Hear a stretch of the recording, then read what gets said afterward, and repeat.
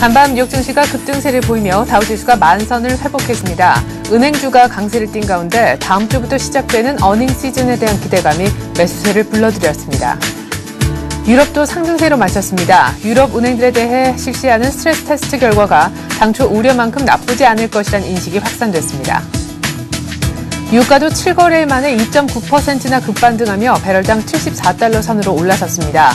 그동안 유가를 짓눌렀던 글로벌 경제에 대한 우려가 다소 완화됐기 때문입니다.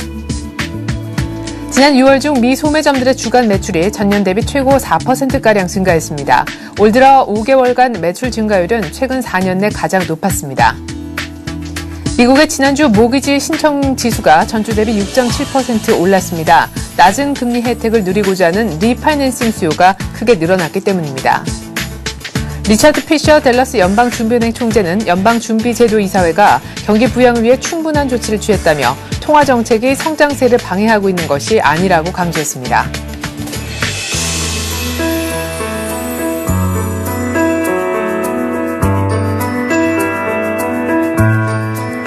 안녕하십니까. 출발 샌들씨의 최혜린입니다. 간밤에 뉴욕 증시가 기다렸던 다우 만선의 회복이라는 아주 기분 좋은 소식을 들려줬습니다. 다우의 하루 상승폭이 무려 274포인트, 2.8%나 급등했는데요. 때문에 1018포인트로 마감이 됐습니다. 나스닥과 대형주 중심의 S&P 500은 이보다 더 큰 상승폭, 사실은 3% 이상의 급반등이 이루어졌었는데요. 은행주 중심의 강세가 있었고 다음 주에 도래하는 본격적인 어닝 시즌에 대한 기대감도 나왔습니다. 자세한 글로벌 증시 전문가와 함께 알아보죠. 동양종금증권에서 장영철 과장 나와주셨습니다. 안녕하세요.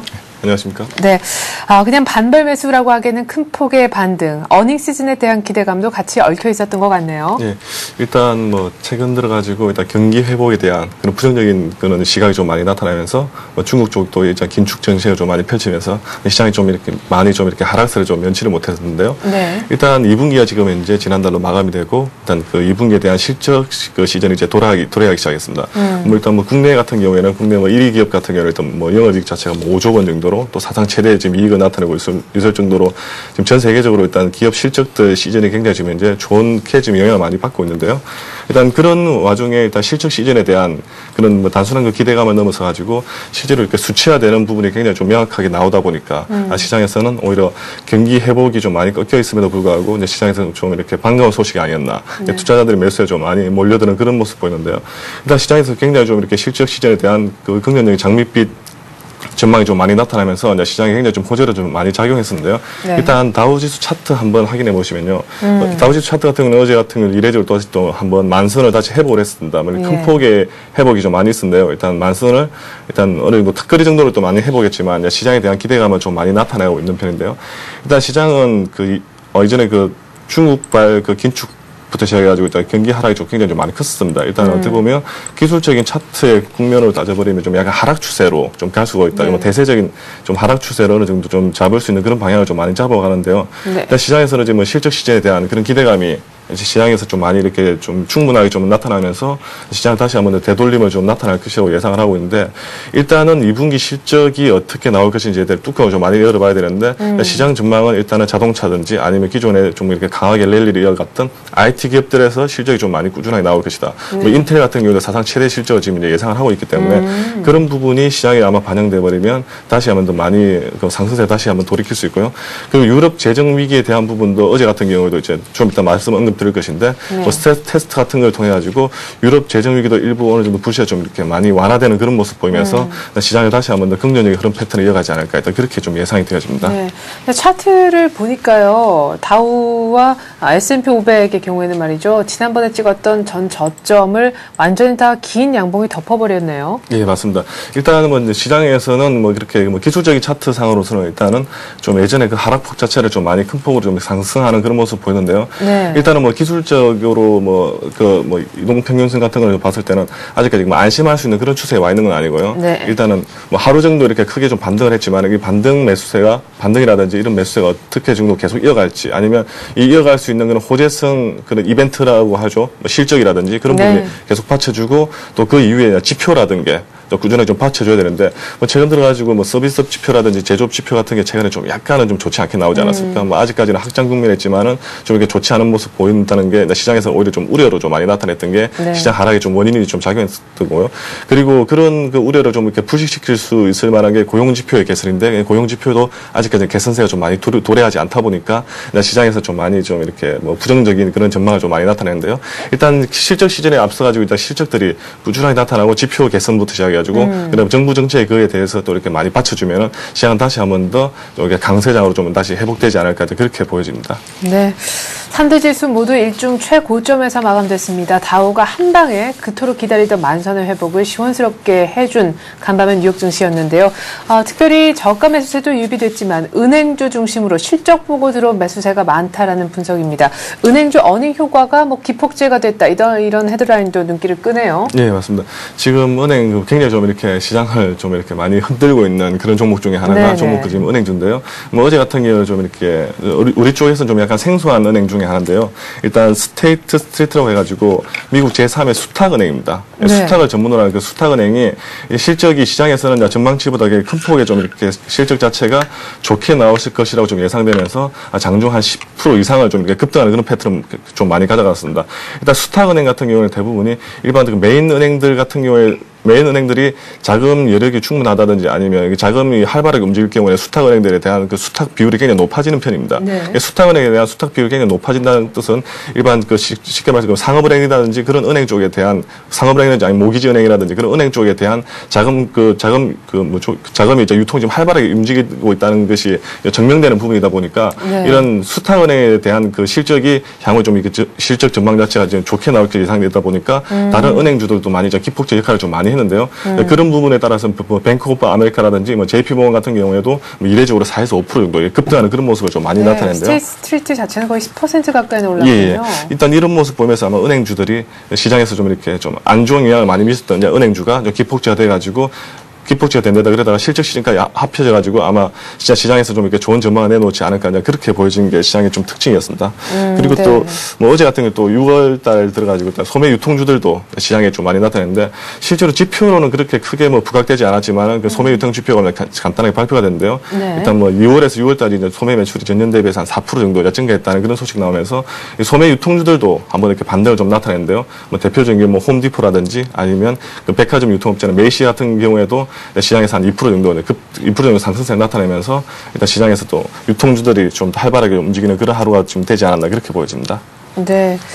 자, 이제 뭐 오늘 말씀드린 내용이 여러 가지 좀 얽히고 설켜 있는데요. 일단 은행주 중심의 강세를 띄웠다라는 것이 어닝 시즌의 기대감하고 같이 맞물리면서 말씀해 주셨던 미국의 3대 수탁은행 스테이트 스트리트의 2분기 실적을 보고 또한 그 향후에 발표될 은행주들의 실적 발표에 대한 기대감이 좀 있었던 것 같습니다. 가뜩이나 유럽의 재정 위기, 뭐 스트레스 테스트 실시한다 그러고 뭐 국채에 대한 얘기도 나오고 미국의 경기 둔화 얘기도 나와서 미국의 경기 둔화 뭐 이런 여러 가지 분위기 속에 은행주의 실적 뭐 좋지 않겠지 생각을 했었는데 일단은 첫 신호탄이 좀 좋게 나온 것이 기대감을 좀 많이 끌어들인 원인이 아니었나 싶습니다. 자, 앞서서 소매 유통주들 뭐 강세를 띄었다. 백화점 메이시 얘기도 해주셨었는데요. 일단 지표 하나 나온 거 좀 자세히 살펴보죠. 올 들어서 2월부터 6월까지 소매 판매 업체들의 그 집계가 좀 나왔는데 전년 동월 대비해서 평균 한 4% 정도 더 판 그런 결과가 나왔다면서요? 예, 일단은 6월에서 6월까지 소매 매출 자체가 전년 동기 대비 한 4% 정도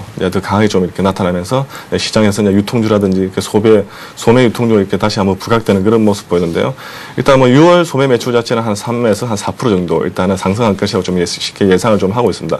이게 좀 이례적으로 좀 이렇게 시장에서 좀 호재로 좀 작용할 수 있었던 게 일단 최근 들어가지고 뭐 실업률도 좀 굉장히 좀 많이 높았고요. 그다음에 네. 서비스업 지표라든지 제조업 지표가 최근 들어 약간 좀 이렇게 어느 정도 좀 이렇게 좀 이렇게 반짝 이렇게 부침을 좀 나타내는 그런 와중에도 불구하고 실제로는 아직까지는 그 미국 같은 경우는 소비 생활 자체가 아주 계속 이어지고 있다는 게 좀 이렇게 보면 시장이 좀 반등 상황으로 좀 나타났던 게 시장에서 좀 영향을 좀 많이 크던데요. 네. 일단 실업률도 굉장히 높고 다른 뭐 서비스업이라는 제조업 지표가 어느 정도 좀 이렇게 안 좋게 나오고 있는 상황에서도 불구하고 당연히 소매 매출이라는 그런 부분이 좀 안 좋을 것이라고 예상을 좀 많이 했는데도 불구하고 아직까지는 그 미국의 소비자들이 지갑을 닫지 않았다는 부분이 시장에서 좀 이렇게 이례적으로 좀 나타나면서 어제 같은 경우는 좀 호재로 작용하는 그런 부분이 아니었나 그렇게 보여지는 보여지는데요. 일단 소비자 심리가 완전하게 되살아나기에는 소비자 신뢰 지수라든지 소비자 신뢰 지표 같은 게 이제 향후 발표될 때 그걸 아마 지켜봐야 될 것 같은데 아직까지는 뭐 소비자 심리가 많이 좀 되살아났다라고 이렇게 극단하기는 좀 이렇게 아직까지 힘들 것 같고요. 이런 부분도 실업률 자체가 좀 많이 이렇게 고용 지표가 많이 완화됐을 때 그런 게 좀 많이 나타나는 거지 아직까지 좀 힘들 것 같고 소비자 신뢰라든지 그런 지표가 많이 개선될 때 이제 소매 그 매출 부분도 좀 많이 긍정적으로 이어질 수 있을 거라고 아마 전망을 해보시는 게 좋지 않을까 그렇게 보여집니다. 네, 이게 소매 매출이 4년 내 최대치를 찍었다라는 것도 간밤에 뉴욕 증시에서 은행주와 더불어 소매 유통주들의 강세를 이끈 원인이었는데요. 미국인들의 지갑이 아직 닫혀지지 않았다라는 것을 증명하기에는 조금 지표의 어떤 그 무게감이 약하지 않았느냐. 향후 조금 더 많은 지표들이 나와서 추가적으로 보강을 좀 해줄 필요가 있겠다. 이런 얘기 해주셨습니다. 자, 그리고 지표 하나 기다렸던 것이 뭐 큰 것은 아니지만 하나 더 있죠. 모기지 신청 건수에 대한 것인데 결과 전해주시죠. 예, 일단 미국 NBA 그 주간 그 모기지 신청 그 건수가 나타나는데요. 전주 대비해서 한 6.7% 정도로 일단 상승으로 좀 나타났습니다. 뭐 일단 다른 부분보다는 뭐 최근 들어가지고 주택 지표도 좀 지난주도 발표가 많이 됐는데요. 주택 지표라든지 뭐 건설 지출이라는 그런 부분이 시장에서 최근 들어 좀 많이 안 좋지 않았습니까? 그러다 보니까 시장이 좀 많이 주택 경기의 그 침체로 좀 많이 이어졌는데 일단 모기지 신청이 전주 대비해서 이렇게 상승을 좀 나타냈다 그래가지고 뭐 주택 경기에 좀 많이 순간적으로 좀 나아진 건 아니고요. 일단은 보면 기존에 모기지를 신청했던 그런 건수에 대해서 일단 리파이낸싱이 재투자되는 그런 부분이 좀 많이 수요가 좀 많이 증가했기 때문에 아마도 모기지 신청이 한 6.7% 정도로 상승하지 않았나 그렇게 보여지는데 그 배경에는 그 정도 수준이지 이렇게 뭐 주택 경기 자체가 침체됐던 게 다시 한번 활발하게 이끌을 수 있다는 그런 정도 수준은 일단은 시장에서는 아니지 않을까라고 일단은 전망해 보는 게 좋을 것 같습니다. 네. 자, 그리고 조금 안 좋은 얘기도 뭐 나왔었습니다. 뭐 시장에 대해서 뭐 여러 가지 분석이 있을 수 있지만 리처드 피셔 댈러스 연방준비은행 총재 발언이었는데요. 하반기 미국 경제에 대해서 상반기만큼 그렇게 빠르게 회복하지 못할 것이다. 역시 경기 둔화 쪽에 무게를 두는 언급이 있었는데 그래도 크게 악재는 안 됐던 것 같네요. 예, 맞습니다. 일단 뭐 달라스 그 피셔 총재는 그냥 대부분 이제 이렇게 여러 총재들 중에서도 약간 보수적인 그런 총재 중에 한 명인데요. 네. 일단 뭐 미국 경기가 상반기보다는 하반기에 좀 많이 둔화될 우려가 좀 있다고 좀 많이 나타냈는데 일단은 뭐 어떻게 보면 전제 조건도 하나를 달았습니다. 더블딥 우려는 전혀 없다. 더블딥 우려는 없겠지만 하반기가 조금 더 위축되지 않겠느냐. 네. 일단 상반기가 너무 좋다 보니까 하반기가 좀 많이 위축되지 않겠느냐 그렇게 좀 많이 나타냈는데요. 일단 뭐 시장에서는 일단 FRB는 충분하게 추가 부양책을 좀 많이 펼쳤다. 이제 부양책을 많이 펼치고 시장에서 어느 정도로 예전으로 좀 많이 돌아가야 되겠다. 그 이면에는 일단 출구 전략도 어느 정도 좀 생각을 해야 되지 않을까라고 많이 말했는데요. 일단 뭐 달라스 총재 같은 경우는 이전부터 계속해서 출구 전략을 좀 펼쳐야 된다. 일단 시장이 좀 이렇게 정상화되는 과정이 좀 필요하다라고 좀 많이 언급했던 부분인데 아마 그런 쪽으로 계속 고수를 하고 있는 것 같고요.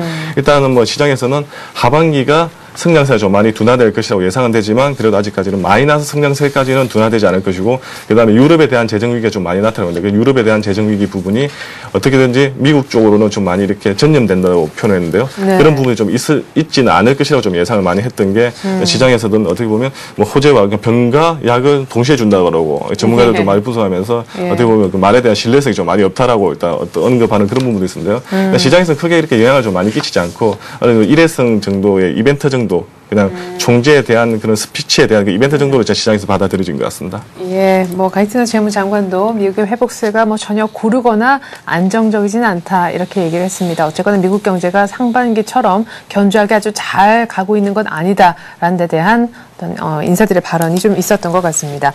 자, 앞서서 미국 증시가 상승한 데에는 업종별로 보면 은행주 강세가 가장 큰 어떤 효자 노릇을 했다 말씀을 좀 드렸는데요. 유럽 쪽도 역시 맞물리는 얘기가 되겠죠. 특별히 스트레스 테스트 그 기준 자체가 우리가 생각했던 것보다 그렇게 타이트하지 않을 것이다. 이런 관측이 나왔나 봐요. 네, 일단 유럽이 그 유로존에서 일단 그 이유가 스트레스 테스트 대상은행을 한 91개 정도 이제 은행을 잡았는데요. 잡고 네. 발표를 했는데 일단 뭐 스트레스 테스트 하면 예전에 금융위기 때 미국에서 많이 이렇게 좀 이렇게 한번 그런 식으로 좀 많이 언급이 좀 됐는데요.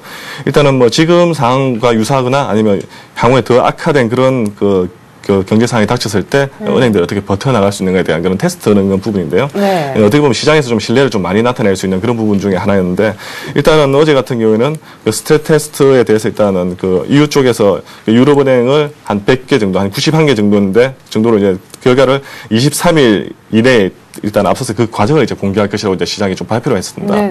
예, 시장의 과정을 공개한다는 말은 향후에는 이런 그 스트레스 테스트 부분에 대해서 굉장히 좀 큰 자신감을 좀 많이 내포하고 있다는 게 시장의 투자자들에 대한 그런 심리를 그대로 좀 읽고 반응한 그런 부분이 시장이 좀 약간 긍정적으로 이어지지 않았나 그렇게 보여지는데요.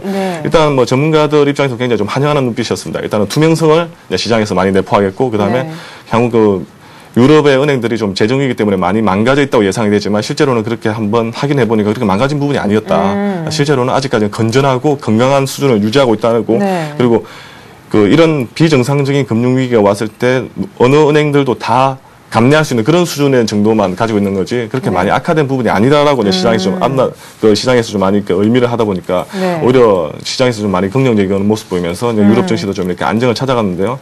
그런 부분 그 우려가 일단은 어제 같은 경우는 뭐 영국이라든지 프랑스, 독일 다들 이렇게 상승세를 좀 많이 나타내는 게 특징이었고요. 또 유럽 증시 같은 경우에는 어제 같은 경우에는 대부분의 그 유럽에서 주요 은행들이 큰 폭이 좀 오르면서 좀 상승세를 나타냈는데 뭐 영국 같은 경우는 바클레이하고 스코틀랜드 왕립은행 같은 경우는 한 6% 이상 급등 하고 나타냈고요. 그다음에 프랑스 같은 경우는 소시에테 제네랄이 한 7.1% 정도 굉장히 좀 크게 큰 폭으로 좀 상승했습니다. 그리고 스페인도 지금 최근에 은행 중에서 좀 문제가 좀 많이 발생할 수 있었던 뭐 산탄데르 뱅크 같은 경우에도 6% 이상 급등하면서 시장에 좀 이렇게 우려를 좀 부식시키는 그런 모습 보였던 게 시장의 특징이 아니었나 그렇게 보여집니다. 네, 스트레스 테스트 기준 완화에 대한 기대감 그리고 스트레스 테스트에 대한 기준이 또한 대상은행과 더불어서 공개가 된 것이 유럽 쪽도 역시 은행주 강세를 이끈 원인이었군요. 자, 유럽까지 저희가 한번 마감을 보았고요. 이제 유가 얘기를 좀 해볼 텐데 7거래일 만에 드디어 유가도 급반등을 했습니다. 배럴당 거의 3%인가요? 지금 74달러 선까지 올라왔네요. 네, 맞습니다. 일단 유가가 전일에 한 2.08달러 정도, 실제로는 수치로 한 2.9% 정도 굉장히 좀 큰 폭으로 상승했는데요. 한 73.07달러로 일단은 마감을 했습니다. 일단 뭐 최근 들어가지고 더블딥에 대한 우려, 일단 더블딥 경기 악화, 그 다음에 경기 회복 조짐이 좀 둔화된다 이래버리면 유가는 그대로 여지없이 빠지는 그런 모습 보이는데요. 일단은 어제 같은 경우는 더블딥 우려가 좀 이렇게 시장에서 어느 정도 좀 많이 완화되는 모습 보이면서 그대로 반대급부로 이제 유가가 좀 많이 좀 급등했는데요. 어제 같은 경우는 주가도 좀 많이 좀 이렇게 급등해주는 모습 보이면서 유가도 그대로 급등하는 모습 보였던 게 이제 시장이 좀 특징이었는데요.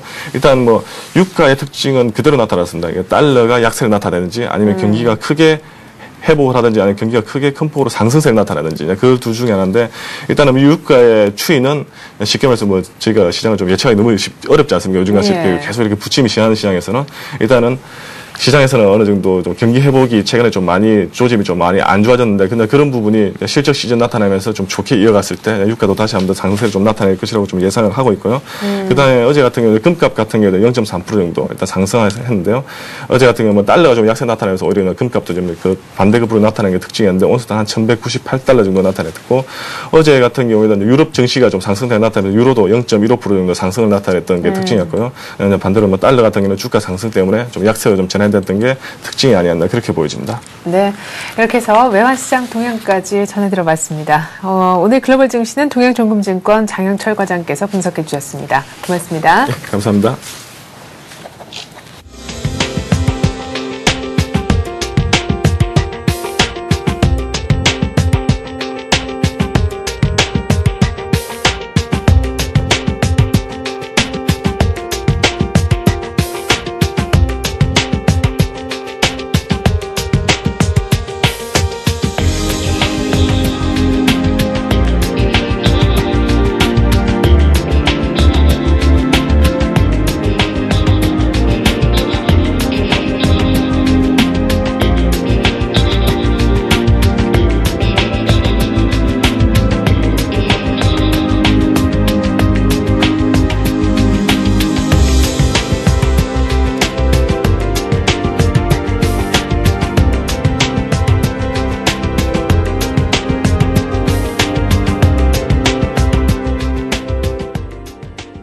네, 간밤에 뉴욕 증시 기다렸던 다우 만선 회복이 있었습니다. 급반등 시원스럽게 해줬는데요. 뉴욕 증시도 이제 슬슬 어닝에 대한 기대감을 내비춰주고 있습니다.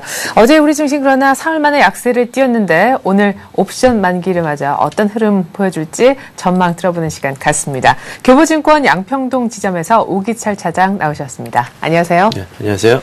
네, 어제 우리 증시 삼성전자 효과가 없었긴 합니다만 삼성전자 효과보다도 사실은 더 걱정스러운 것이 일단 삼성전자 얘기는 지나갔고요. 오늘 옵션 만기에 대한 걱정이라고도 해야겠습니다. 이미 만기 하루 앞두고 어제 경계감이 그대로 노출된 하루였다. 이렇게도 볼 수 있지 않습니까? 네, 그렇습니다.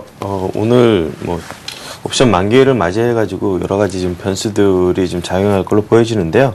일단 긍정적인 것은 전일 미국 시장이 큰 폭으로 좀 상승했기 때문에 그런 프로그램 매도 물량이 오늘 어느 정도 좀 출회가 될지 좀 우려가 됐지만 베이스가 그렇게 나쁘지는 않을 걸로 예상이 되어서 프로그램 매도 물량이 많이 나오지는 않을 것으로 예상이 되고 있습니다.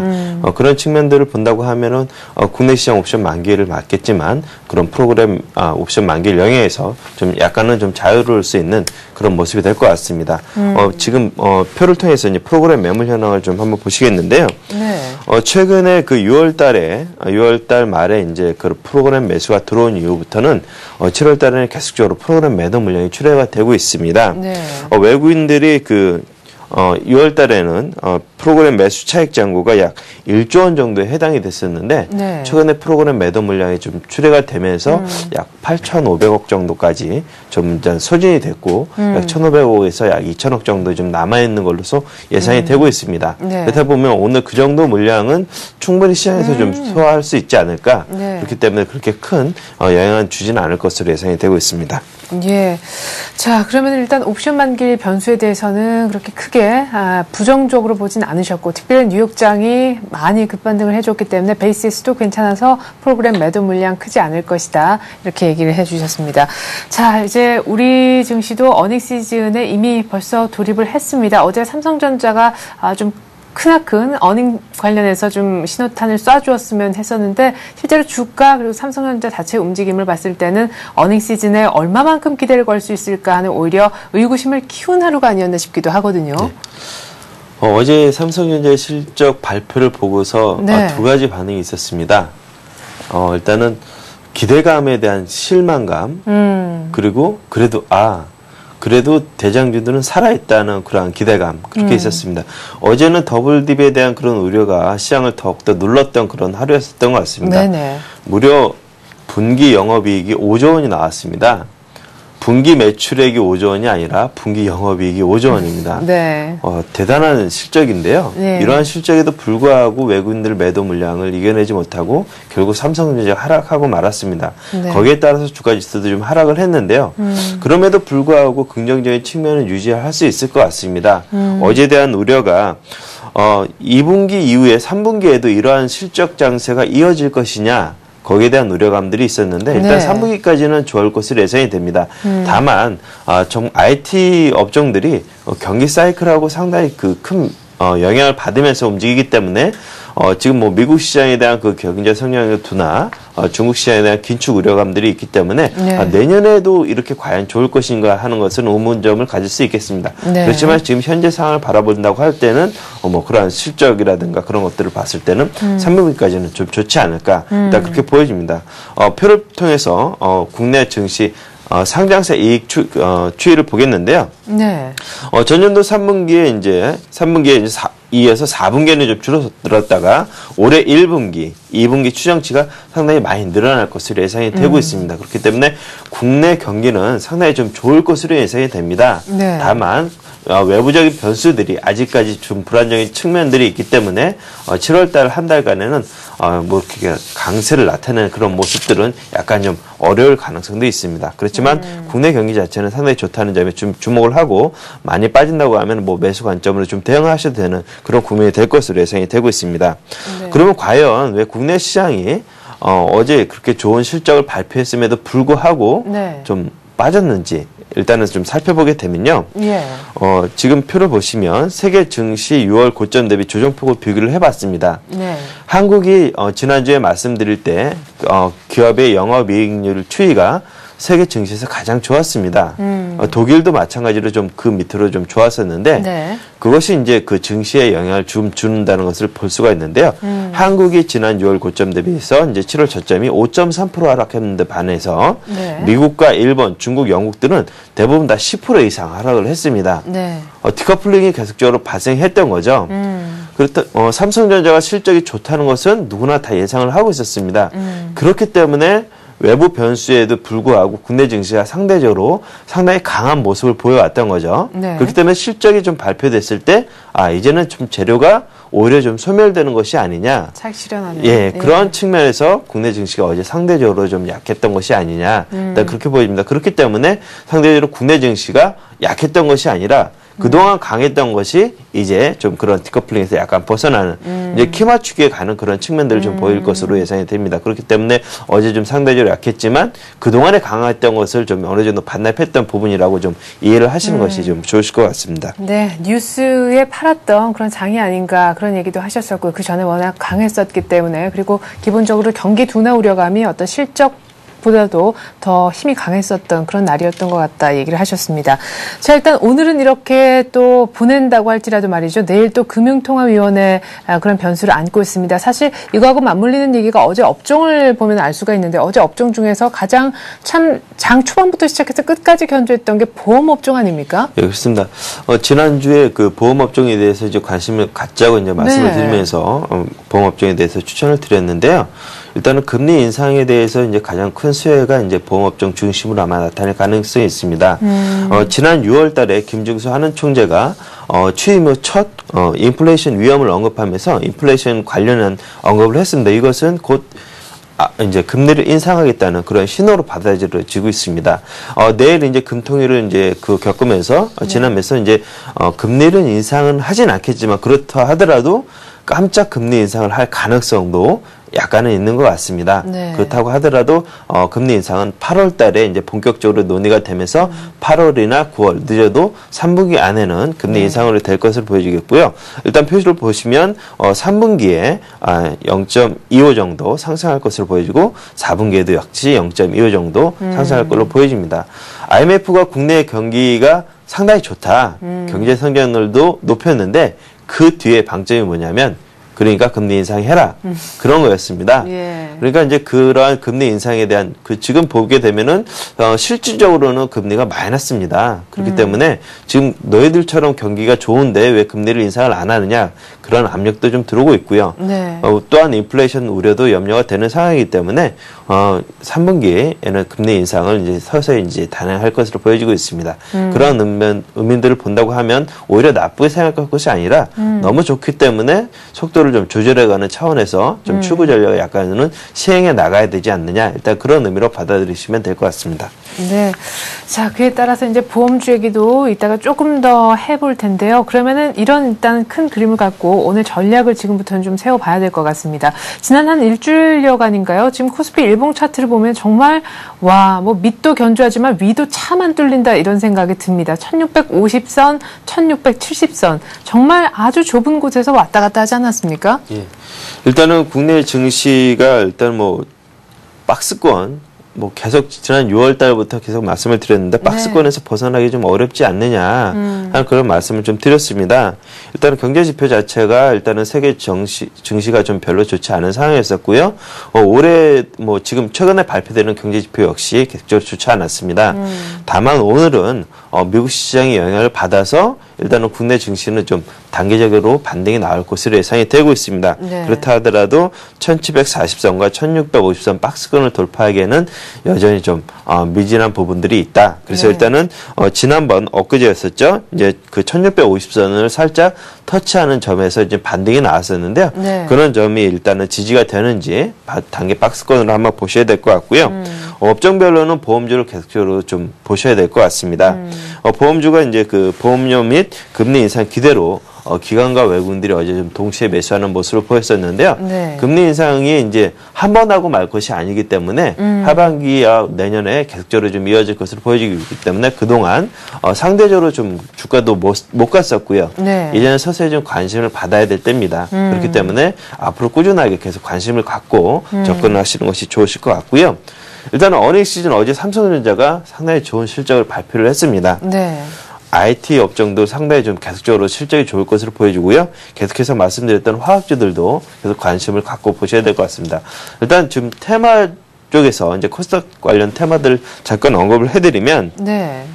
재생에너지 관련주들, 태양에너지, 풍력, 2차전지 이런 테마주들의 움직임들이 좀 좋아지고 있습니다. 네. 그동안 풍력 같은 경우는 상당히 좀 많이 못 갔다가 이제 좀 관심을 받고 있는데요. 하반기에 이제 해상풍력 산업 발전 육성책으로 기대감으로 어제 뭐 유니슨이라든가 태용, 현진소재, 동국 SNC 등의 움직임들이 괜찮았습니다. 물론 전강 회약이긴 했지만 이제 관심을 갖고 접근해 보셔도 될 것 같고요.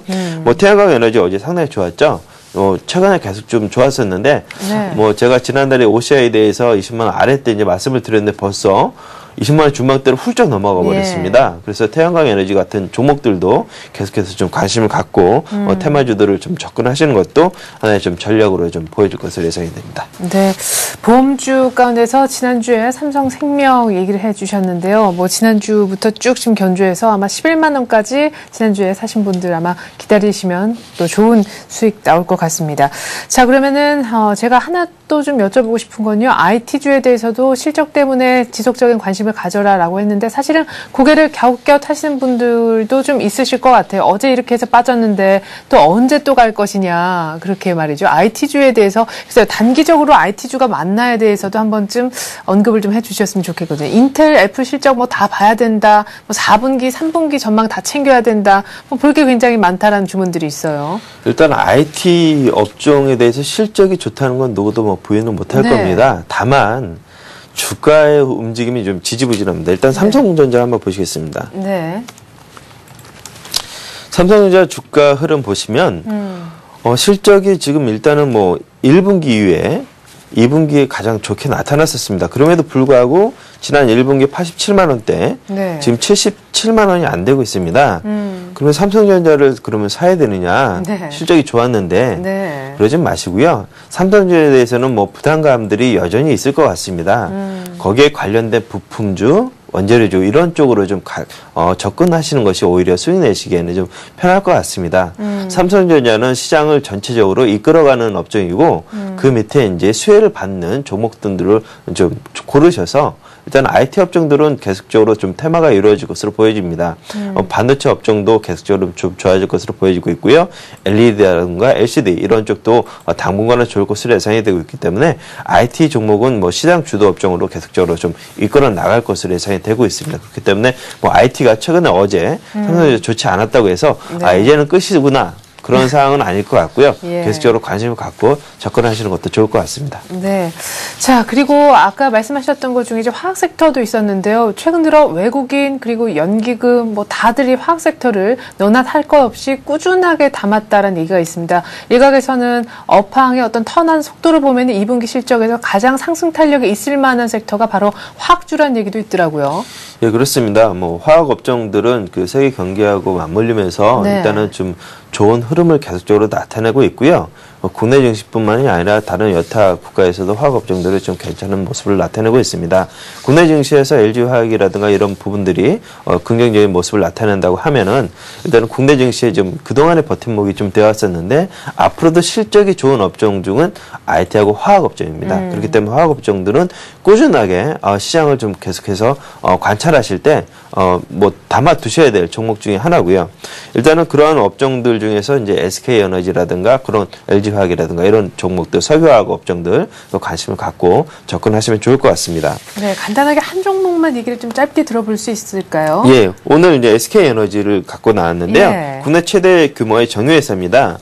하반기부터 제품 마진 상승이 이어져서 2013년까지 지속될 것으로 예상이 되고 있고요. 1분기 어닝 서프라이즈에 이어서 2분기, 3분기에도 계속적으로 실적이 좋아질 것으로 예상이 되고 있습니다. 유가도 오늘 좀 큰 폭으로 좀 반등이 나왔지만 네. 하반기에도 유가가 뭐 BP 사태라든가 일단 중국 석유 수요 증가에 힘입어서 상승 기조가 좀 지속될 것으로 보여지고 있고요. 네. 이러한 측면들이 좀 긍정적으로 영향을 미칠 것 같습니다. 그리고 2011년 1월 1일 날 석유 및 화학 부분 분사가 예상되어 있지만 근본적인 가치는 변함이 없을 것 같고요. 또한 새롭게 시작하고 있는 2차 전지 분리막이라든가 TAC 필름 등 기술에 기반을 둔 다양한 신규 사업이 탄력을 받으면서 계속 계속적으로 좀 좋아질 것으로 보여집니다. 최근에 주가 흐름 그렇게 좋지는 않았습니다. 네. 잠깐 차트를 보시면요. SK에너지가 13만 원 근처에서 4월 달에 지금 10만 원 중반대까지 지금 빠져 있는 상황입니다. 네. 그렇기 때문에 주가 흐름은 여기서 더 크게 밀리는 상황은 아닐 것 같고요. 10만 3천 원 부근에서 매수를 하셔서 11만 5천 원 정도 목표가 한 11% 정도 이렇게 중기로 보시고 접근하시면 큰 문제는 없을 것 같습니다. 네. 지금 저평가 국면에 지금 진입을 해 있는 상황인데요. 퍼가 지금 7.2배, 네. PBR이 1배가 안 되는 0.9배 정도 나와셔서 펀더멘털이라든가 밸류에이션 측면에 있어서도 충분히 접근할 만한 그런 시점으로 지금 와 있는 것으로 예상이 되고 있습니다. 네. 자, SK에너지 10만 3천 원 정도 오면 사서요. 전 고점이라 할 수 있는 11만 5천 원까지 노리는 거 무리 없겠다 얘기하셨습니다. 이렇게 해서 오늘의 센 전략 코너는요. 교보증권 양평동 지점 오기철 차장과 함께했습니다. 차장님 말씀 잘 들었습니다. 네, 감사합니다.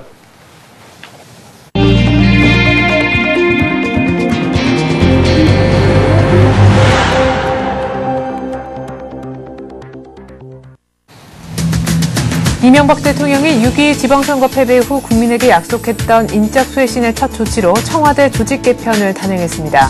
이 대통령은 어제 국정기획수석을 폐지하고 시민사회와 국민소통 업무를 총괄할 사회통합수석을 신설하는 것을 골자로 한 청와대 조직 개편안을 발표를 했습니다.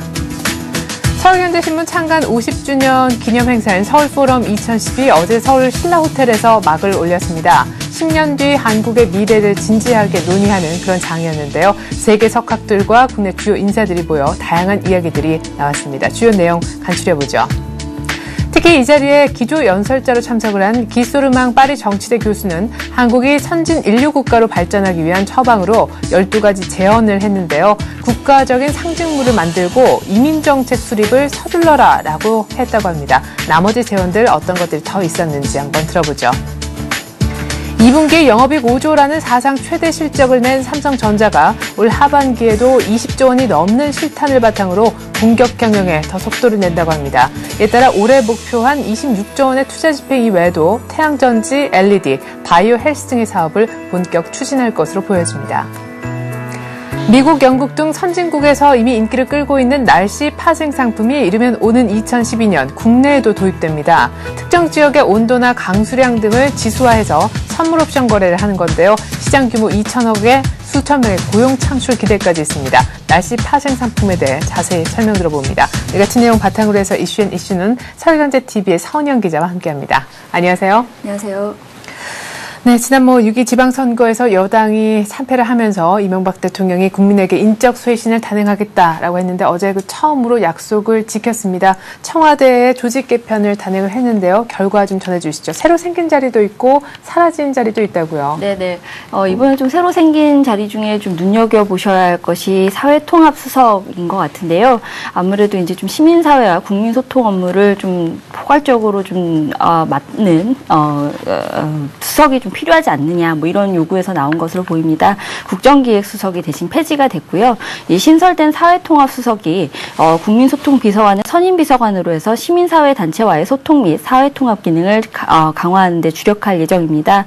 또 이번에 사회복지수석이 개편이 됐는데요. 서민정책비서관을 선임으로 해서 보건복지와 여성가족, 고용노사 비서관을 두면서 친서민정책을 보완하는 것으로 분석됩니다.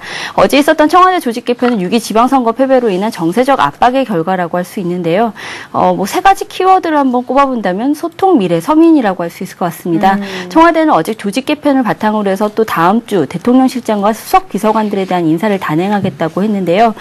후임 인선에 대해서는 또 임태희 고용노동부 장관이 대통령실장으로 또 유력하게 또 거론되고 다른 인사들에 대해서도 계속 거론이 되고 있는 상황입니다. 네. 자, 사회통합수석이 신설됐다. 청와대 조직 개편에 대한 간략적인 그런 내용을 전해 들어보았는데요.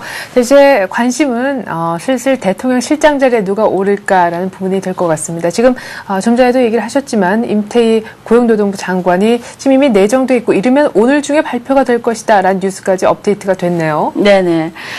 신임 대통령실장 같은 경우에는 거의 다음 주 초라는 얘기도 있었지만 아직 시기는 또 이렇게 아주 딱 있기가 어려운 상황인데 지금 뭐 여러 인사들이 거론이 되고 있습니다만 임태희 장관이 아까 말씀드렸다시피 가장 유력하게 거론이 되고 있고요. 그 밖에 인사들도 이제 몇 명 나오고 있는 것이 백용호 국세청장 뭐 유력하게 또 거론이 되고 있습니다. 그리고 깜짝 카드가 등장할 가능성도 또 배제할 수 없는 상황이고요.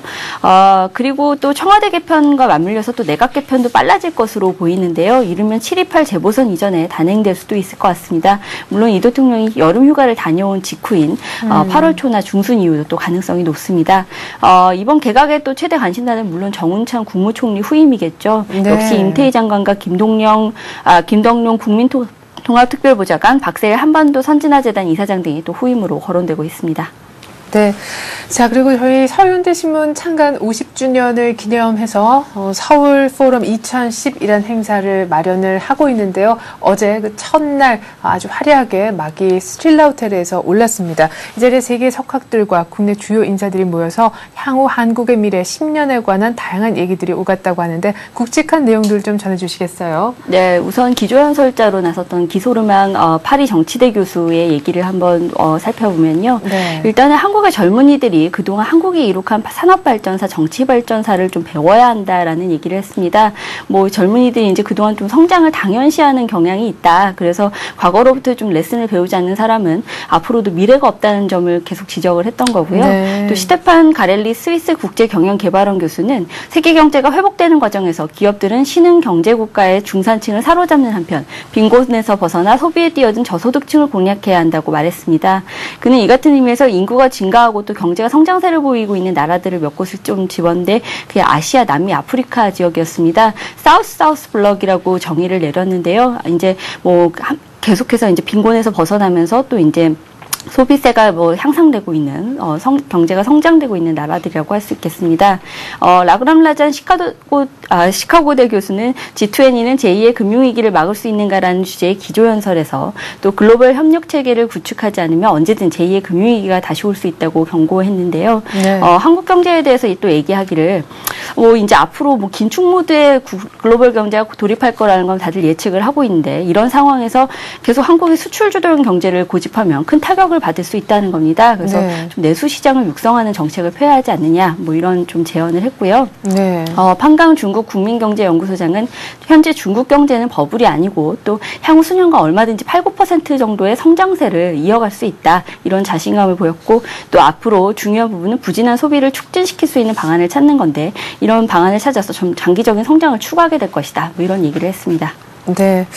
자, 특별히 이제 서울 포럼 2010 개막 첫날에는 우리 한국어의 생존과 도약에 대한 해법들이 좀 소개가 된 것 같은데요. 무엇보다 기조연설자로 나섰던 기소르망 파리 정치대 교수의 보다 자유분방한 그의 얘기를 조금 더 들어보고 싶다는 욕심이 듭니다. 아까 우리 한국의 청소년들은 지금까지 한국이 걸어왔던 산업발전사라든가 정치발전사로부터 좀 레슨을 받아야 될 필요성이 있다 이런 얘기를 하셨는데 특별히 우리 한국형 복지 모델에 대한 언급도 많이 했다면서요? 예, 최근 아무래도 뭐 유럽 지역에서 계속 이제 복지 모델 재정 위기가 뭐 닥쳐오면서 좀 복지 모델에 대한 뭐 다시 뭐 얘기가 나오고 있는데 역시나 이제 한국 역시도 뭐 이 자체적인 뭔가 독자적인 그런 복지 모델이 필요하지 않느냐 뭐 이런 조언을 했던 건데요.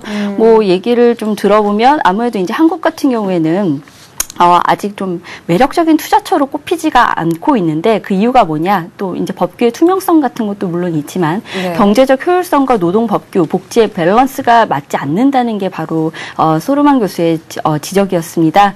보통 이제 경제적인 효율성과 노동 규제, 복지 간 균형이 이루어지려면 또 이제 한국 사회도 이제 그 균형점을 찾아야 되는데 뭐 아무래도 유럽이 지금까지는 복지 모델의 거의 표본이었습니다만 지금은 이제 재정 위기를 겪고 있죠. 그렇기 네. 때문에 좀 제3의 방안을 모색해서 좀 접점을 찾아야 한다. 뭐 이런 얘기를 했던 거고요.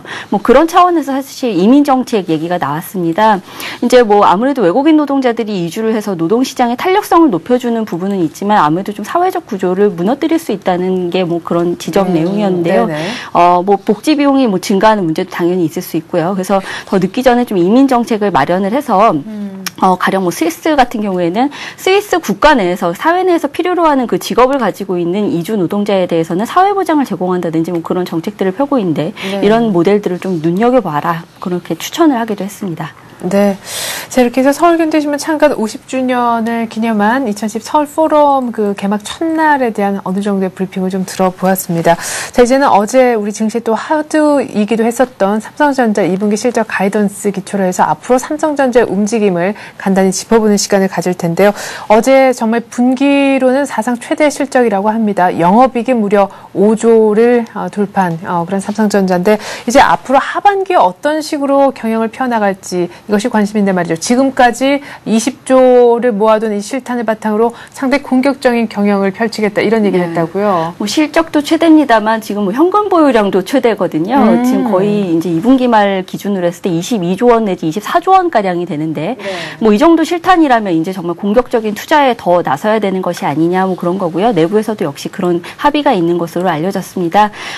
그만큼 이제 뭐 실탄을 가지고서는 하반기부터는 올해 투자 규모로 예정돼 있었던 26조 원을 훌쩍 넘어서서 그런 태양전지나 LED, 바이오 헬스 등 신사업을 본격 추진하는 데 사용할 것으로 보입니다. 네. 자, 그러면 실적에 대해서 어제 간단하게나마 브리핑을 조금 더 받아보고 싶은 그런 생각이 드는데 영업이익 5조 역시 효자노로 쓴 것은 뭐 반도체, LCD 이쪽인가요? 네. 뭐 반도체 같은 경우에는 뭐 말할 필요도 없이 뭐 없어서 못 팔 정도로 뭐 상반기 내내 좀 그랬는데 뭐 시장이 워낙에 호황이었죠. 네. 그렇다 보니까 뭐 주문이 10개 들어와도 뭐 7개 내주기도 정말 어려운 상황이다. 뭐 이렇게 뭐 즐거운 비명이 들려왔었는데요. 네. 역시나 뭐 그만큼의 영업이익을 기록을 했습니다. 증권가에서 뭐 이제 예측을 하기는 반도체 부문이 2분기 영업이익이 2조 5천억 원에서 2조 8천억 원 수준이 될 것으로 보고 있는데 뭐 1분기만 해도 1조 9,600억 원으로 거의 그 당시 전체 영업이익의 절반가량을 차지했었거든요. 이제 앞으로도 계속 실적이 개선될 것으로 보입니다. 네. 그래요. 반도체 LCD 부문의 영업이익이 3조 5천억 원대라고 하고, 뭐 조금은 그에 비해 상대적으로 좀 미진하나마, 뭐 TV나 휴대전화 쪽도 일단은 선전을 해줬다. 이런 평가가 있네요. 자, 그리고 여러분 혹시 날씨 파생 상품이라는 거 들어보신 적 있나 모르겠습니다. 이미 미국이라든가 뭐 영국이란 선진국에서는 이미 도입해서 시행을 하고 있는 그런 상품이 되겠는데 우리 기상청도 2012년 그러니까 내후년쯤에는 이 날씨 파생 상품이라는 것을 도입할 생각을 갖고 있다면서요. 네, 뭐 날씨 파생 상품이라는 것이 무엇이냐 뭐 간단하게 정의를 내려보자면 네. 뭐 특정 지역에서 특정 기간 발생하는 온도, 강수량, 강설량, 일조량 변화를 기수화한 다음에 이를 금융상품으로 거래를 하는 것을 말합니다. 뭐 가령 아이스크림 제조업체 같은 경우 뭐 여름에 판매량이 급증을 하는데 가령 뭐 작년처럼 여름이 짧아진다. 그렇다면 또 당연히 이제 뭐 매출이 급감할 수밖에 없지 않습니까? 이런 경우에는 파생 상품을 구입을 해서 해지라는 거군요. 네, 그렇죠. 날씨 리스크를 분산을 하는 거죠. 그래서 이제 뭐 우리나라 같은 경우에는 지금은 날씨 보험 상품은 있습니다만 파생 상품은 없는 상태고요. 그러다 보니 이제 지금 기상청에서 2012년까지 도입을 추진하겠다고 하는 건데 지금 일단은 기초지수가 필요하거든요. 이제 네. 파생 상품이 만들어지려면. 그래서 2012년까지 90억 원 가량의 예산을 들여서 지수를 개발한다는 방침을 세우고 있고요. 미국 같은 경우에는 이미 지금 97년부터 미국 종합에너지 회사가 겨울철 기온에 대한 장외 날씨 파생 상품 거래를 하고 있죠.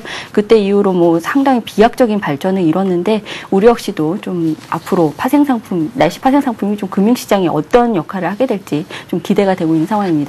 네. 자, 이렇게 해서 날씨 파생 상품 얘기까지 들어봤습니다. 서울경제TV 보도제작본부 서은영 기자였습니다. 서 기자 잘 들었습니다. 고맙습니다. 네, 기다렸던 다우 만선 회복이 어닝 시즌 기대감으로 또 저가 매수로 이루어졌습니다. 간밤에 다우만 보더라도요, 274포인트, 2.8%나 급등해서 1018포인트로 마무리가 됐고, 나스닥과 S&P 500은 3% 이상씩 올라서 S&P 500은 1060선까지 회복을 시켜놓았는데요.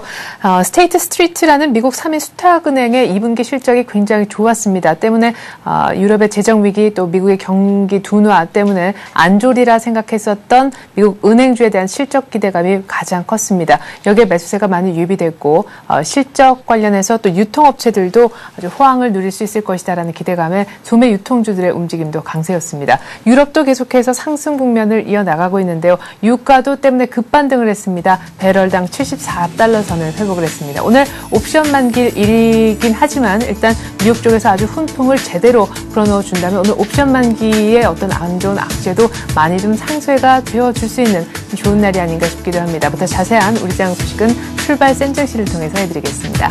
고맙습니다.